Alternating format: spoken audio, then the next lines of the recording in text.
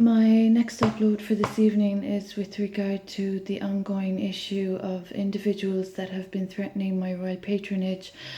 As I've mentioned already throughout this documentary, of my human rights experience as a violation of my livelihood, the violations of my livelihood, my purpose, etc., my accomplishments and such. There's a little issue that I have kept bringing to the attention of the relevant authorities and government politicians with regard to their obligations to royal patronage. So I'm of Fernandez, I'm of O'Regan and O'Higgins, and I have a royal bloodline. I also have a child that is of royal blood, and the issue of him being in a dangerous position as a selfless 2-year-old in an unlawful care order is very, very, very serious. So the real point of this upload for this evening is with regard to the aspect of my universal light and the individuals that have been trying to commercialize and gain monetarily from my spiritual light. Now, this is all treason. So I'm really fascinated how the relevant politicians, practitioners and professionals think that it's tolerable in any way for any individuals to threaten royal patronage, to threaten sacred light for commercial or monetary gains. Individuals that have been of very serious developments, artificial intelligence. There's been different progress in legislation, and this has all commenced since my light body was violated. So this is what has happened with my light. So the government is aware of the circumstance, and there isn't an easy way to play blasé with the facts.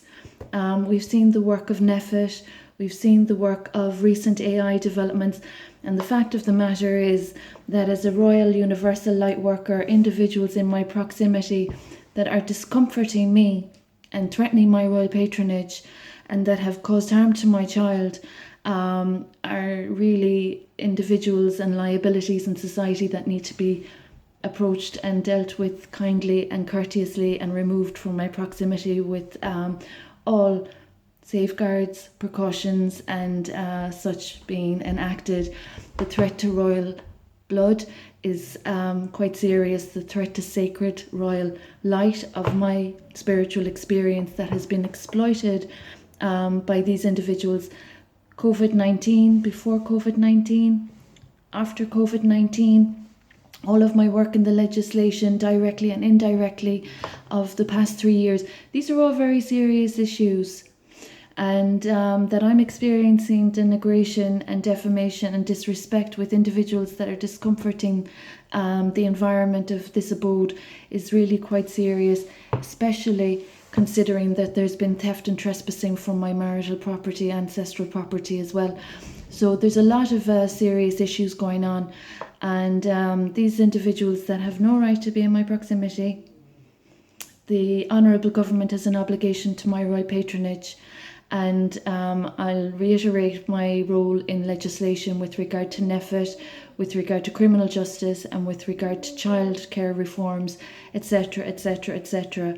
So the issue of the agricultural developments also on my farm holdings, this is all very serious offence I'm experiencing, and with the progress that I've been contributing to with the past 3 years in society that I commenced in earnest over a decade ago, to be disrespected by the Honourable Government is really an insult and an injury to women and children's rights of every age and background, so, and of every ethnicity.